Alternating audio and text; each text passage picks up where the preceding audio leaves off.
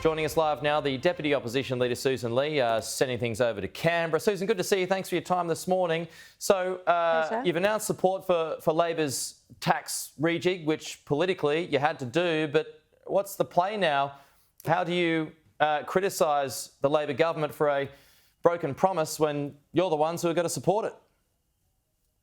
Oh, there's lots to criticise, Pete, and anyone who sat through the parliament yesterday, including question time, I think would have been disgusted at the behaviour of this government doing a victory lap and leaving Australians behind.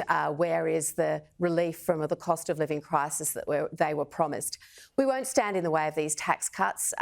We made that clear yesterday, but we also made clear that we will bring policy that deals with tax reform in this country, addresses bracket creep and locks in and backs the aspiration of Australians by the next election. So you wouldn't obviously expect me to tell you what that is right now, but I do want your viewers to know that while we won't stand in the way of this cost of living relief, we do know how much Australians are hurting right now. We also know that this government is letting them down incredibly badly and has done from day one. So just a couple of points there, and I expect you'll probably remain tight-lipped on it, but in terms of rewarding aspirational Australians, are you talking about lowering the top tax bracket? Because, I mean, so many luminaries, Labor luminaries, have even said that the top tax bracket should not be more than 40%. Pete, you wouldn't expect me to pull out one ingredient. But is that an idea? But is that an reform. Idea that's being considered?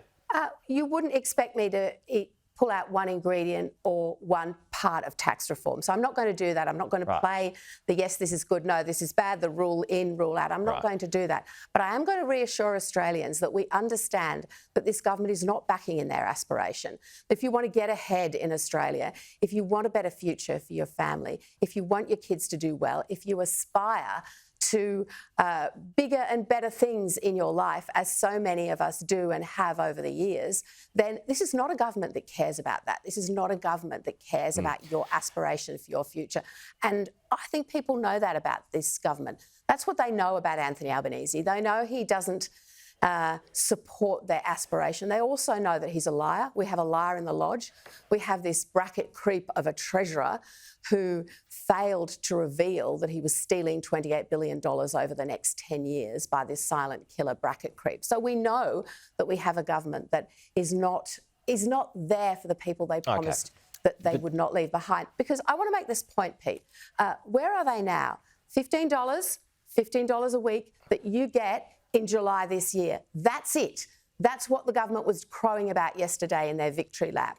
Meanwhile, rents in Sydney alone have gone up $150.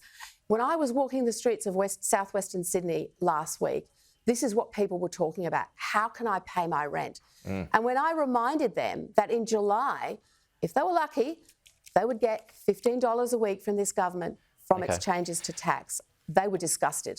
I do love a prop, Sussan, but I just have one more question. I know you want to address bracket creep, but to do that, you're going to have to change the tax brackets, yeah? We'll bring a policy in keeping with the intentions behind stage 3 tax reform, which, yes, Pete, we're about addressing bracket creep and we're about locking in support for aspiration for all Australians. But that will take work. That will take sensible, has the plan even started detailed yet? work, which we will do. I know this was announced yesterday, but has the plan even started yet? Or are you just going to start from now to work it out? We're always doing work. We're doing a lot of policy work on a range of fronts in the background, and we'll reveal them when we're due and ready. And there's so many policy areas, Pete, because this is just one. Can I tell you? Look at energy. Look at industrial relations.